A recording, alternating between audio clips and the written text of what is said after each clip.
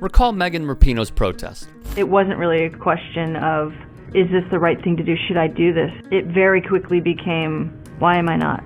Inspired by Colin Kaepernick, Rapinoe was bombarded with criticism from alt-right figures like Donald Trump and culture wannabe Tommy Lauren, whose boyfriend swings and misses with DM threats. She called Rapinoe pathetic.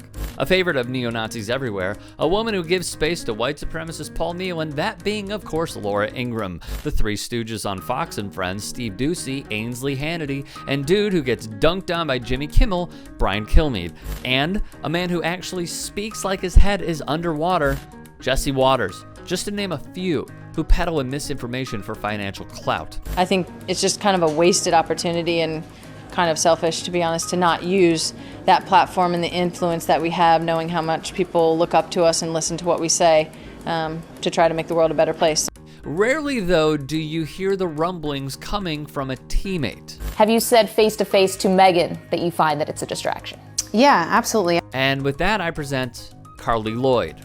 What is a distraction is the actual action of it. You know, people are only talking about the kneeling aspect of it.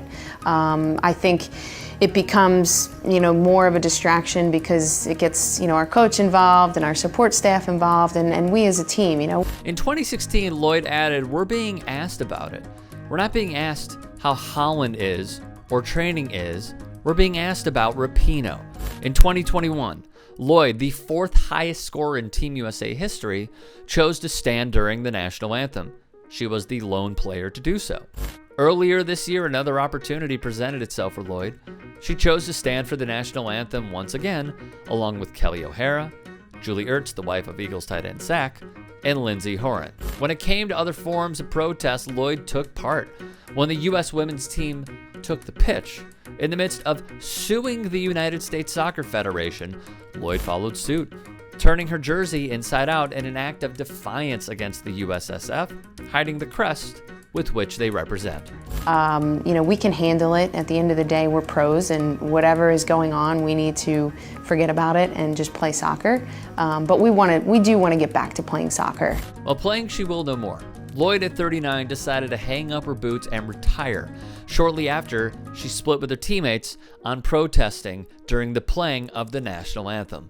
A close ally of Lloyd's, that would be controversial goalkeeper Hope Solo, who was terminated by the Federation in 2016. Solo recently said, "I think the rhetoric surrounding this team has been both divisive and inclusive." I guess it's kind of where we are in politics in this day and age. I think the kneeling thing can be very divisive. I've seen Megan Rapinoe almost bully players into kneeling because she really wants to stand up for something in her particular way, Hope Solo said. Lloyd also gripes at U.S. Soccer, saying they never did enough to promote her. The national team feels as if it's a girls' club and no new members are not exactly welcome. After players convinced then coach April Heinrichs to cancel a fitness session, she gripes the players get their way. "People have told me the inmates run the asylum on the women's national team. Here is the first example of it I've encountered." In her book, Lloyd recalled that in 2007, she alleged a teammate was intentionally not passing to her.